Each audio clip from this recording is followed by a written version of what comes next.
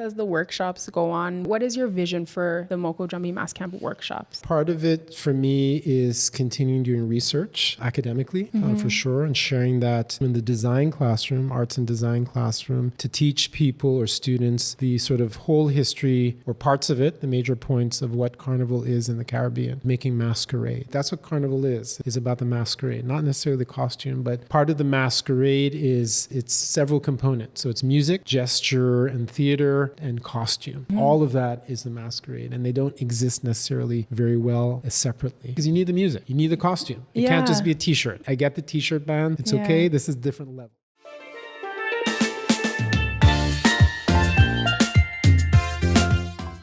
Welcome back to another episode of In We Blood. This is the first episode back for season 2. Today I'm here with Michael Lee Poy, and we're going to be talking all about Moko Jumbie. I actually found out about you, Mike. First of all, I want to say thank you for being here. Thank you for the opportunity and offering. And it took a while, right? But I mean, everything in God's time. But yes. I found out about your work here with Moko Jumbie Mas Camp because somebody reached out to me on Instagram and they were asking, like, is there anywhere that has Moko Jumbie lessons for kids in the city? And I was like, I'm not sure. And I posted something on my Instagram story and somebody sent me your page. Right. Yeah. So for anyone who maybe doesn't know, I would love for you to explain exactly what a Moko Jumbie is and its relevance to carnival. Good question. It's going to be a long answer. Yeah, no problem. In relation to carnival, the first sort of written historical like accounts of Moko Jumbie is actually St. Vincent, 1791. So a visitor, I think, from England, Europe, came and, saw it, and he wrote in his journal, and they kept saying Moko Jumbie. Or Jumpsa Man is another version, Jumpsa Man. Jumpsa Man. Yeah, so 1791 is our first recording of that. And it's also Caribbean terminology. So nowhere else in the world has those two words together. They do have Moko, which is West African. There's a bunch of villages to certain places. Jumbie is a derivation of zombie, right? I think that's Congo, could be Congo. So it's a mixture of African cultures to determine that sort of that name, right? So that's in the Caribbean. And the pedigree, that's the word I was looking for, of Moko Jumbie is Sierra Leone, Mali, that area, determined by some researchers that saw the same sort of costuming that happened from those places to the Caribbean, right? And so there's other stilt walking cultures around the world, everywhere, as well as in Africa. But our particular version comes from that area. Northwest Africa. Yeah. Yes. And so, like, what exactly is a Moko Jumbie? It's not just a stilt walker, right? Right. And some people say it's stilt dancer because there's always movement. And in learning how to sort of balance on stilts, you always have to move. So it's a constant movement in order to stay up. It's a character, as we know, in carnival, but for in the cultures in Africa, it is one of the many masquerades, and it only appears in certain sort of transitional periods for festivals or for youth, becoming adults and stuff like that. The Moko Jumbies will appear to, as they say, protect the village during that time because there's evil spirits, especially in those big sort of moments of transition in your life, right? And that's just one or two, and there's, again, many in West Africa, many in the northern West Africa. For different reasons, they appear. Yeah. And then our expression of Moko Jumbie is that same as it would be in Northwest Africa, right? Yeah, similar. The most, I guess, authentic version happens in the Virgin Islands, and not that it spread there, but who knows exactly where it started or happened. But their version is probably the most authentic, fully closed, raffia skirt, showing no skin, and you don't know the identity of that person, and that's part of the culture, right? What's the significance of not showing any skin or not showing the person's face? As far as I understand, it's just a representation, or sort of how should I say that, to protect the identity and the persona that's doing this very spiritual work, right? That's as I understand it. I haven't gotten into the discrete circles where people tell me. And if I did, I might not be able to share that information. I don't know, right? But that's sort of my basic understanding right now, just to protect that person who's doing this very important spiritual work. Right? And so, like, I guess when somebody takes on like that Moko Jumbie character, would you say like they are no longer themselves, or like because I'm trying to understand more about what this is, because of course we see like it's this tall, the stilts, and they have these beautiful and but it's like, what is the spiritual significance of that? Because I'm hearing you talking about spirituality a couple times now. Yeah, I think that's really inspired by your previous discussions in your podcast about spirituality. Yeah. Again, not really understanding it fully because I wasn't indoctrinated in that culture. It's my sort of basic understanding of, is that person the same person when they start to perform and balance? I can't say. Moko Jumbie practitioners do say, you just have to try it and you'll see, right? And it really is a completely different experience. You're now 10 feet tall in the air and you see more, you experience more. The wind is different up there, and smells as well. So what happens in that moment, I'm not exactly sure, but yes, a lot of people say they're very inspired, and Moko Jumbie is life and all of that, right? So it's like, as soon as you get up there, it's like your perception of everything kind of changes. Absolutely, yes. Okay. Again, you see more, right? Yeah. And you could take that to say you're seeing, beyond your realm as well, spirit world. Again, I'm not sure, but you do see more. Your perspectives is greater and taller, basically. Yeah. Oh, that's awesome. And that would make sense as like a protector to be able to see more, right? That's an important part of being able to protect other people, right? And so one of the things that I want to talk to you about also is Moko Jumbie Mas Camp. So how did you start that? And I kind of wanted to know a little bit more about that. Started in 2016 in Trinidad. I was teaching at my children's elementary school. So, and that was the opportunity. I had it in my mind. I learned back in 2001 or so myself personally. Funny enough, not in Trinidad. I learned in Cleveland. Oh, that's what I was going to ask you. Right. So, it's interesting because the person who taught me was taught by Christopher Pinero, who started Swizzle Stick, I think, performance group or something like that. And they were, again, a Moko Jumbie still. Swizzle Stick is a thing. Yeah. So they call it Swizzle Stick. And it started in Toronto. He's from Trinidad, Christopher Pinero.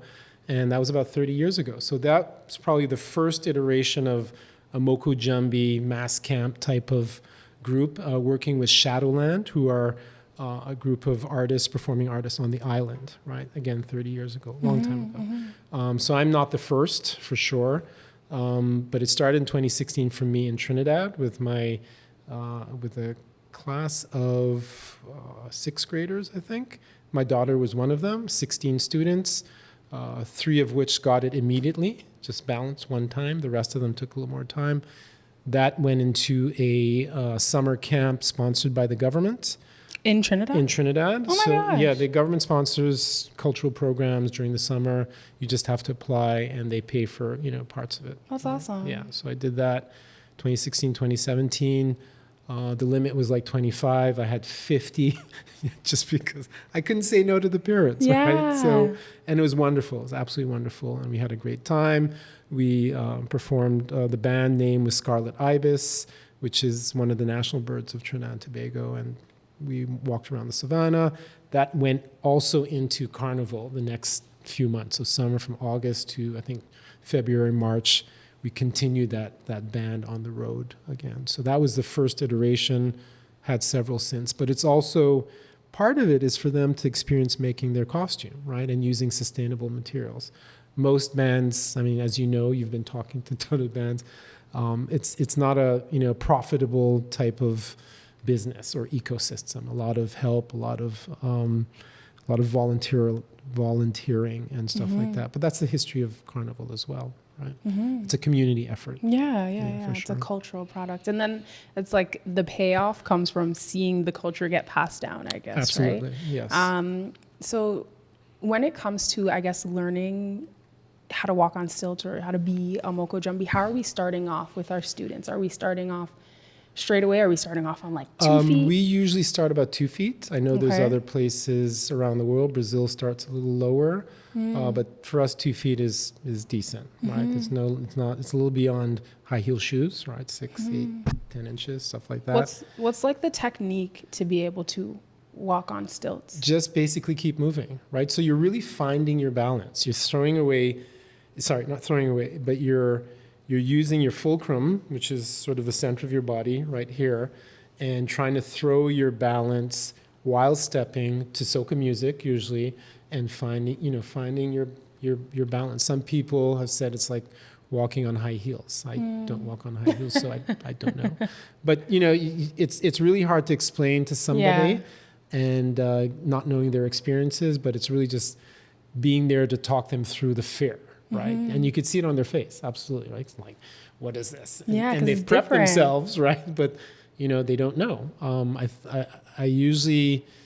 Sometimes very athletic people think, they got this. It's a strongman kind of thing. Right. But it really isn't. I've seen them really suffer in trying to learn how to balance. Right. It's not muscle. It's really just balance. Yeah. And you could be any size and get the balance or not. When I was in Grenada Spice Mass 2017 or 2018, there was a guy there, and I only know he's from Trinidad because the outfit that he was wearing had the flag or something. Right. And he leaned all the way back while he was on stilts to the point where I got a little bit nervous. I was like, yo. And he just kept dancing, and it was fun.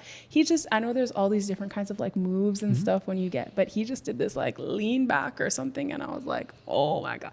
And that's when you see, I guess, kind of like the skill level that some people have when it comes to walking on these stilts. He wasn't an actual Moko Jumbie. He was just like a stilt walker, but it was like, how do you even do that? Practice. And like years of practice that you've had now, what's the highest that you've gone on stilts? Me, years ago was 5 feet. But my daughter and her friends are up to 6 feet now. And they started in 2016, right? And they're comfortable on 6 feet. My son as well. The stilts themselves are 6 from your foot to the ground is 6 feet, and then you end up plus 5 or 6. You're at 12 feet high. Yeah. Oh my goodness. Yeah. Clearly. So with the Moko Jumbie Mas Camp, I know you have something here in Toronto now, right? You've had different iterations of this, you've been saying. So is there, can people join, or what does that look like? Right. So good question. It's about building capacity. Again, like we were talking earlier, I've only been in Toronto 2 years. I started working at OCADU 4 years ago, started online in Trinidad, and made my way to Toronto. So I'm relatively new here, and also learning the GTA. I haven't reached a level where I've actually made enough stilts, right, to accommodate a proper good size workshop. It's really just been customized, but in the next few weeks I'll be doing that, and we'll be having some official workshops for kids and things like that. Oh, that's awesome. And you make the stilts yourself, and there's a foot piece and stuff like that, and you make that all yourself? Yep. And what is that, like woodworking or something? Woodworking. I used to be a contractor 20 years ago, actually marble and granite, not wood, but in the process of learning different materials and tools, you get comfortable with all kinds of tools, right? Yeah. So I make the stilts myself because it's there's a gap. Yeah. Right? There's very few people that do this, and that knowledge hasn't necessarily been passed down through testing, right? So it took me 8 years to reach this point where the size of bolts to use, etc., the type of wood. There's a dozen materials that go into making a pair of stilts. That's so interesting that you say that, because when I interviewed Nicholas, he was talking about, he was having kind of a similar issue, but when it was with the metal rods and stuff, when it comes to big mass, he didn't have any training. And he went to show him, but his was kind of more like people hiding that information from him. Jesse, who I also interviewed, said the same thing happened to him, I believe, when he was trying to learn how to play the saxophone or something like that. But in Trinidad, there was that same thing where it was like the older generation who did know, they were keeping that information away from him. And one of the comments on the post was saying that this is something that happens in the film industry or something too in Trinidad, and that's why every 10 years they have to restart. So would you consider maybe having like workshops or lessons or something to pass down just the skill of making the stilts? Yes, I will. So other people have asked me. Yeah. I'm still fine-tuning parts of it. Also, I'm getting ready to patent parts of it as well. Yeah. And once that happens, absolutely no problem. And the industry, I've been doing my research. So there's a few people around the world that make peg stilts. That's what they're called. There's also construction stilts. You can get them at Home Depot, but they have a big flat pad that makes you comfortable to basically stand without moving, right? So our type of stilts are called peg stilts. Our version in Trinidad and Tobago, I think we're the ones that may have started. We have a knee pad. The ones in Brazil, they don't have that knee pad. It's something else. What does the knee pad do? Is it for if you fall, or is it for more stability? I don't know why it was invented, right? But I think it does give you more stability. So when you talked about the person that went back, like they drop completely back and touch their stilts, they almost make a U of themselves, right? And stay balanced and still dancing. And I was concerned. I was like, I thought the mountain was going to fall. And then... Right. And they're good, right? Yeah, just he was balancing. Fine. Right. So that, that part of it, facilitating that is also very important too. Yeah. Right? So I guess as the workshops go on, would it be something where it's like what is your vision for the Moko Jumbie Mas Camp workshops? What's my vision for Moko Jumbie in general? Okay. Part of it for me is continuing doing research academically, for sure, and sharing that in the classroom, in the design classroom, arts and design classroom, to teach people or students the sort of whole history or parts of it, the major points of what carnival is in the Caribbean, and then taking that into making costumes, or not costumes, making masquerade, right? And that's what carnival is about the masquerade, not necessarily the costume, but part of the masquerade is it's several components. So it's music, gesture, and theater, and costume, right? All of that is the masquerade, and they don't exist necessarily very well separately, right? Because you need the music, right? Yeah. Absolutely. So that's part of it. You need the costume. It can't just be a t-shirt, right? I get the t-shirt ban. It's okay. This is different level, right? As well as the what we call is the sort of urban ecosystem, the architecture. So I know in Grenada, the carnival happens down sort of in the city, right? And there's buildings around. What we have in Toronto is on the lakeshore. There's no buildings around. So it's a different kind of setting, right? So as a trained architect, I look at that and I see that. What makes a better carnival? Is it the one on the highway, or is it the one in the city? Right? What do you think? Well, it's difficult because Toronto's carnival is the biggest in Canada, maybe North America. So they're creating a space where they can accommodate 1 million people and the dangers of 1 million people, right? That's part of the fear of the, of the system, right? That's why we have the barriers, the fencing along the route, right? The question to me is, do you really need that? I'm kind of anti-fencing because I think more than anything it poses a safety hazard because people are going to push them down. They get pushed down every year. And so one of the things that I saw somebody saying was that the fence nearly fell down on her when she was on the route. And I'm like, that is actually so dangerous. Sure. Right? If it's like a bunch of people trampling across or what, like, it's just kind of like, yo, this is not safe. We don't want to be in a position where, there's a precedent setting case and you know what I mean? Right. Like, and then you save $25,000. You don't want anybody to be hurt or die, right? Exactly. Ever. And then it costs like $25,000 or something like that just for the fencing. And it's just kind of like, it's going to get pushed down anyway. But then it's also like, well, how are we going to keep people off the route and stuff, right? So I can understand both sides of the coin, but from my perspective, I don't think it's the safest thing to do. Yeah. Okay, good point. Yeah.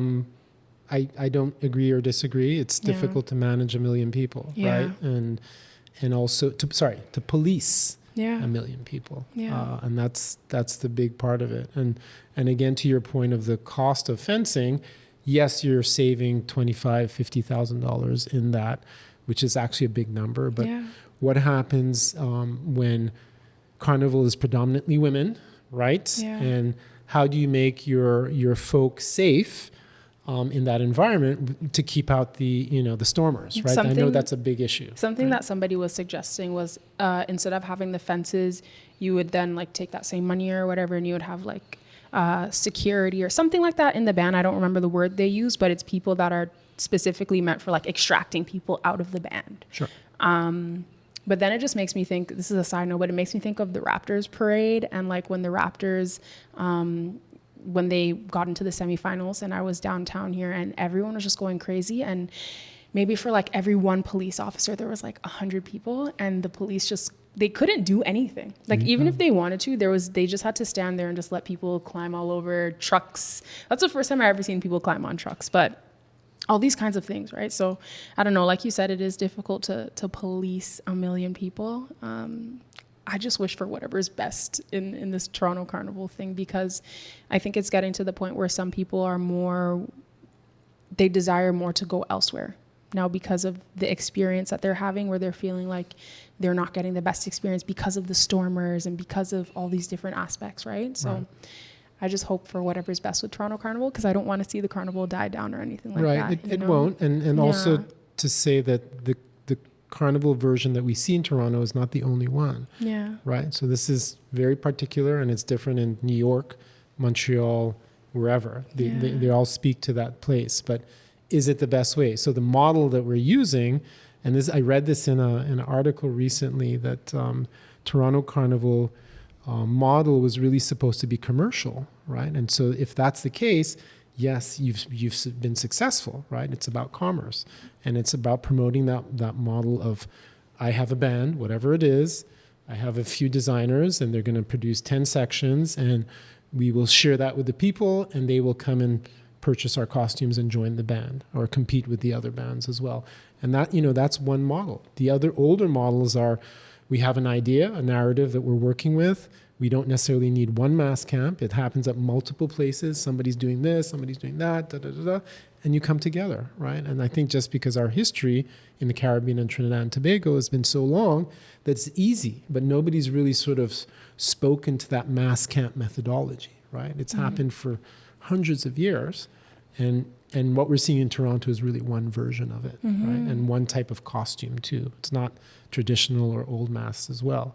So it's very particular, right? Going off what you said about it being kind of like more commercial, I watched this short documentary, I think it was published by CBC on YouTube, and it was kind of speaking to the same thing, where the lady was saying that when, I guess, Canada or Toronto was gifted with the carnival, there was so much like political tensions at that time in the world that they didn't want to bring the old mass side of it, because obviously a big part of carnival in the Caribbean is the socio-political commentary, right? Like in Grenada, you'll see people in these big white sheets or whiteboards with whatever message that they have to say about whatever is going on in the country, right? And I'm sure Trinidad has old mass and all these kinds of things too, but we don't see that here. We just get the pretty side of carnival, right? And yes, of course, that is like the commercial side of carnival. Yeah. Right. So it'd be nice to see those sociopolitical commentary, because, it's that space that offers you freedom to do that, right? We're not saying take down the government. We're not, none of that. It's not a fight, right? It's mocking, right? It's totally about mocking and pretense, and not to get to the point of physical violence. Absolutely not. It's, it's a show. We leave this place, go back home, and next day is, normal, back to work. Right? Yeah, it's always in like a poking fun way, and like kind of like if you know what I'm talking about kind of thing. Like, so. And it could go too far, right? We know that. Like I could dress up as I could, Trudeau, whatever, and make fun of him. Yeah. Right. Make fun of his blackface, whiteface, whatever. Yeah. And it's okay. He might take that to the next level. Yeah. Right? But that's the thing too. I feel like sometimes when you're in like a different space than where I guess carnival is like normally happens, how it normally happens in the Caribbean, sometimes the space is not always welcoming of all the aspects of that, right? So people here might be more sensitive to certain things because they didn't grow up seeing it, right? So I don't know. I don't think that side of carnival would ever really come here to Toronto. I'm not sure, but I don't really see that happening. Honestly, I feel like it would just still be that parade of the bands. There's been that version of it from Shadowland, who's been more socially responsive to things and has participated in Carnival. And their story, and I'll share that with you, I'll share the book research with you, is that they weren't welcome, right? And also they weren't culturally they weren't, they're from Toronto and predominantly white. but they thought it was an opportunity to really voice the concerns of the moment in costume and dance and all of that, and that's what carnival is. Right? Absolutely. But you're saying they weren't welcome because they're white? Well, not necessarily because they're white, because the commentary on them is that they weren't spending enough money, so they weren't part of that commercial ecosystem where they go and buy 50 yards of this and do that and create the mass camp. They were doing it from found objects, very sustainably, and all of that. And, that's the opportunity for anybody to say, no, you're not part of our culture, right? And things like that. But no, they did some wonderful performances. Yeah. Absolutely. I want to take it back to Moko Jumbies. We definitely had like a segue there, and we were able to talk about some other things. But like, I don't know, maybe like what are some things that, somebody might not know about Moko Jumbie that is important for them to know about it? About Moko Jumbie, so a few things. It doesn't support devices, right? So for kids and to talking to parents is like, no, you're not going to learn how to Moko Jumbie and take pictures of yourself and post them on Instagram. No, put away the phone, put away the food, one-on-one. We actually have to touch, right? Because I'm holding your hand and trying to get you to balance. So shifting your weight until you get comfortable, you stop thinking about it, and you actually do balance, right? And it's a very natural thing. So that balancing is very empowering, right? Especially for kids, right? So now they're the height of their parents, right? And they're looking them dead in the eye, right? Tapping them on the head. And, for parents like, okay, Johnny, enough with that, But, they feel empowered. They feel almost adultish, right? And the nice thing about it is once they practice and do this, they're dead tired. They're not, dying, but it's not getting on the devices now, and they're tired. They go and sleep. Seriously. So that part of it I really like, especially for parents. It's like not devices. Eventually, yes, you can start doing that once you're comfortable, but to get away from the devices and do this very Afrocentric, Caribbean-derived performance, right? And that is part of our history, absolutely. So doing that almost indirectly connects you with your culture in West Africa. Yeah. Right? It's like the ancestral link. There you performing go. That. Performing, right? balancing, costume, masquerade. And then after that, once you're doing that, then you see what others are doing, right? The visual connection and learning from others that are a little higher and more comfortable. Then it's the expansive stuff, putting on a costume with wings, right? Now you're no longer, I don't know what my width is or your width, right? But you're doubling that, and you're scaling up to something bigger, and that's really important. Once they start seeing that and seeing themselves in pictures, it's fabulous. Like I did that, right? And I'm empowered by that. Yeah. So, and they make it too, right? Part of the process of balancing is also learning how to make your costume.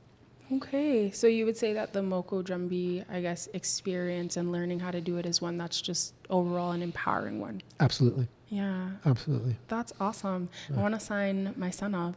Sure. What's the age group would you say, what age would you say is too young to start learning how to? I say I would start at 7. Oh, okay, he's too young. How old is he? 4. Not too young. It just requires a lot more handling with the child, right? So somebody has to be there constantly with them. Yeah. As opposed to a little older, you can kind of step away, right? And they it's like learning to ride a bike, kind of? Absolutely. Okay. Same thing, yes. And you never forget. Okay, so anytime you get back on the stilts, it's just you're good. Muscle memory. Yes. Okay, so when's the first workshop? Let me see. Let's say June. June? Yeah, let's say June. And where is it happening? I'm not sure. Not sure yet? Yeah. That's okay. Would it be, is it going to be like drop in, or what would it look absolutely. Like? So I would announce it with the group. It would not only be me, it'd be other sort of more experienced Moko Jumbies, practitioners, and they would be teaching, whoever signs up, you'd sign a waiver, right? So that if anything happens, you don't sue me, etc. The stilts are guaranteed. I put my name on it. I made them. And it usually takes like 10, 15 minutes to learn. What? Yep. Average. On like 2 feet. Yeah, 2 feet. Okay. Some people jump No, we really start at 2 feet. And if you're really comfortable, we might try you higher. And Once you go from 2 feet, is like 4 feet, or do you go 1 meter? So it goes by about approximately 12-inch. So you go straight increments from 2 feet to 1 meter to 3 feet, which is about the same. 3 feet is 1 meter? 3 feet 3 inches is 1 meter. I didn't know that. Learn something new every day. It's like a yard. Yard is almost like a meter. Okay. And then we go to 48. And then I have some 57s, which are almost 5 feet. Yeah. One of the things we were chatting about on the phone before is you were mentioning that you wanted to bring this into the curriculum and Yes. course education. I would love to hear more about that. Okay. Working on that. So I'm going to propose a class. Which program it will sit in, I'm not sure, only because Carnival really encompasses all art and design fields. So just to pause on that notion of art and design in the Caribbean, especially given the length of our history in Carnival, which is over 200 years, means that we've had these design centers in the Caribbean for hundreds of years, right? So we have these design labs, what we call fab labs, where challenges are brought to this space or people and they solve the problem, right? So Carnival is something a little different, but our history is so deep and then we don't recognize that. Like, we're design center through Carnival.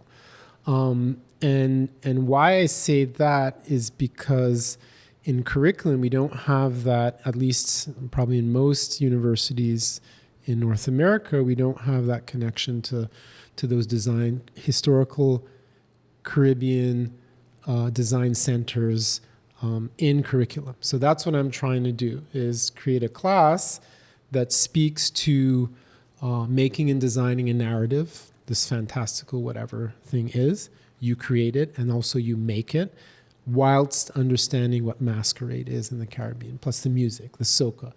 Every year we have hundreds of new songs that come out. A few years ago, they said 600 songs. It's like, for a space like Trinidad and Tobago with 1.4 million people, that's a lot. You know, every year, like, you understand why they're hoarse during Carnival, right? And so there's so much creative production. And that's not just Trinidad and Tobago, Grenada, St. Lucia, name all of them that have some sort of harvest festival. They go through this process. And thankfully, Trinidad and Tobago maybe leads it, or for some reasons more intense. I don't know why. Culturally, it gives, smaller islands opportunity to see how, right, this is how we could look, or this is how our design centers could be, right? And that's what I'd like to introduce, especially at OCADU, because now we have a Black minor in design and art. So I'll definitely be proposing that, and really to connect with the generations of Caribbean people in Toronto, right? You're second generation, I'm first generation Montreal, that don't know that history at all, like zero. And here it is, right? And especially if you're in School of Design and Art, you can now practice, right? Like this student who graduated, Pixel Heller, who did that, basically caught on. I think she's from out west. Her grandmother's Trinidadian, grandparents, and totally connected. I took some students to Trinidad. That's awesome. Yeah, not Carnival related, something else. And she practiced her Moko Jumbie steps and getting in Trinidad? Yeah, in Trinidad. That's she brought awesome. her stilts down there. Came back, started making her costumes, and that was the main sort of thesis project for her, and that was wonderful to witness, right? Like you're so connected now to your cultural history, right? You're only 2 generations away, or one. Now we've connected you again. It's so cool when schools, I notice this usually happens in post-secondary, but when it's like you're learning these things that just become so real to you, and you see them in practice, and you see the things that you're learning about in real life, and you get to engage in the material, but it's not just material, like it's life, you know what I mean? I think that's the coolest thing ever. That was the experience that I had when I was learning about like indigenous stuff, and then I was seeing the things that were coming up that we were talking about, and I was like, this is so crazy. But in the moment, right? Yeah, but this is so awesome to hear that you were able to bring students to Trinidad and that they were able to engage with that. And that's the one thing that I always say is that, like, when you actually have that experience, when you go back home or you go to the Caribbean and you're able to just experience it in a certain way. There's just something that you can't just tell someone. Like you can't just tell me how to walk on stilts to be like, you have to go and experience and do it. Right. And then it's just like this whole new activation that happens where it's like, whoa, like, good point. You know? Activation. It's a new, like almost something popped in your head. Yeah, it is. It's like this part of your brain, like the light was off and it, all of a sudden it's turned on, and it's just like this whole new part of me that I didn't know I could access. Right? Yeah. So I think that's the coolest thing about being able to go back. I would love to go to Trinidad to experience kind of like that cultural side. I always say that I would love to. I know you guys have like stick fighting and stuff like that at carnival time. Tonnage. I keep saying that. Like Port of Spain is one center. Then there's Chaguanas. There's Point Fortin. There's other places also which I haven't seen. I lived there for 17 years. Consistently, and I didn't go to anything but Port of Spain. And it's like the other carnivals in the Caribbean. I'd love to go to Grenada. Part of Trinidad masquerade comes from Grenada. I think the Piero Grenade is from Grenada and other islands as well. So I'd love to see the different versions of carnival, the stick fighting, the old mass, the traditional mass, all of the, and there's so much to see. It's like, it's pace. If you want to go to carnival and experience all of it, all the culture, rail pace. Plus there's the fetes, right? And then the fetes that go around the clock. So one start, afternoon, morning, then afternoon, and there's multiple, right? And I've worked behind the scenes on those fetes, sleeping in a car, waiting to, set up something and then go to the next one after. It's a lot. It's a lot. But once you're prepared, do it. Absolutely do it. Just to follow Pan, that's separate. The competition, wonderful. Absolutely. I love Pan. Right? It's just the sweetest. That's like a next activation that happens, is because like when you hear that, and I don't know, there's something about when the sun is shining and you're down there and then you hear the Pan, it's just like, it's hypnotic almost. Yes. I don't know what it is, but so amazing. So that's what I'm saying. Like if I were to go to Trinidad, I would love to be immersed in, I guess, that really like cultural side, like pan yards and stick fighting and the traditional aspects of mass. Not to say that I don't care to see like pretty mass or anything like that, but like I kind of want to get like that experience that's so specific to the one country. You know what I mean? Like other places have pretty mass. Yes, it's not the exact same, but I just feel like that would be a really special thing to experience in Trinidad that I wouldn't be able to get in any other island or in Toronto or anything like that. You know what I mean? Agreed. And there's versions of pretty mass, right? Yeah. Not categorically, but you'll see it. Once you see so much, it's like, oh, okay. Now I can kind of break up, different, more feathers versus beads, and some people are not that great designers, right? And I think, but the fact that the festival is there and it's happening, everybody that's the other thing. Everybody's a designer and an artist based on our cultural history, right? So when it comes to Moko Jumbie, where would you, like, let's say we're in Trinidad, when and where would we be finding Moko Jumbies? You'd find Moko Jumbies if leading up to Carnival would be the traditional competitions, right? And then a lot of corporations hire Moko Jumbies to give them an extra, panache for their activation, right? Something's happening, some, giveaway or something, they'll hire Moko Jumbies, and that's where they appear as well. So it's become more common at weddings as well, corporate events, things like that. Moko Jumbies. That's actually a nice idea to have one at a wedding. Because like you're talking about, that's one of those big transition times. Yep. Oh, that's so awesome. I never thought about that. Yeah, my kids did one, when was it? A few years ago. My daughter's teacher from high school was getting married. They reached out to us and, they were there, That's awesome. Yeah. And now that you say that, like when you're talking about where we would be able to see Moko Jumbie in Trinidad, I remember I spoke with Hayden on the podcast, and one of the things that he was saying was like king and queen time, how the Moko Jumbie does come and get them, like the rest of them relics, because they have like the spirit of carnival in them and all these different types of things that some of the other, I guess, performers don't have. Right. But yeah. That's a good comment, because in Trinidad, there's a category for traditional. So the fact that in 2008, Brian McFarlane, and I was working for him then, and I helped design the king that won. It was the only Moko Jumbie king that won. But there's different sets of competition. So traditional, that's where you would find them. So that's why it took so long for the Moko Jumbie to win king, because the judges saw it as outside of the, the traditional modern kind of king and queen. So that happened 2008, and the first queen, I think, was recently Moko Jumbie. But yes, it gives them licks. It's the part of it is self-propelled. You're not carrying, you're not in this frame with wheels on it, right? It's more, I guess, natural, without the support of the mechanics and things like that. But that's the opportunity within Carnival, that you can create these sort of merges between masquerades, right? A Moko Jumbie dragon or something like that, where that could happen too. Moko Jumbie dragon, what, chain? Costume, king costume or whatever. Oh, okay. Right? So you do a traditional, but also a contemporary version, right? Instead of being categorized within these specific sort of, competitive, criteria. Yeah. That's another thing that I would want to experience in Trinidad, is that king and queen, because it's like every time I talk, like, people, like, king and queen is like the exciting thing, and Absolutely. So I would love to experience that, and I know it goes up over a few days. It's not like here where it's a one day. Right. And It's like prelims, semis, and finals. There's a lot. It's good to see. It isn't what it used to be. I think when Minchell was really in his heyday, people would come out to see, his king and queen. Now there's less audience, but it's still very important to the bands. And when I do go, I usually end up in the back. Helping somebody. Yeah, sure. I know, because you know people, you talk to them. You have a zip tie to come and help, and that's what it's about too, right?